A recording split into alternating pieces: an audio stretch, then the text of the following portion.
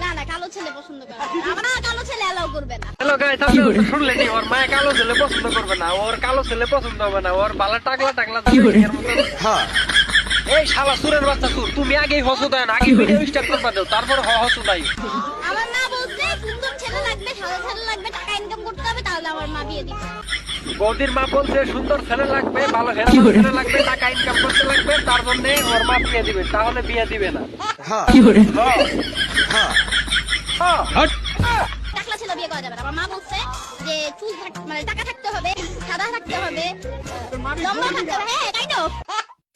বৌদির মা নিজেই বলছে টাকা ছেলে বিয়ে করা যাবে না, আর কি এবং চুল থাকতে হবে, আবার বলে টাকা থাকতে হবে, লম্বা থাকতে হবে।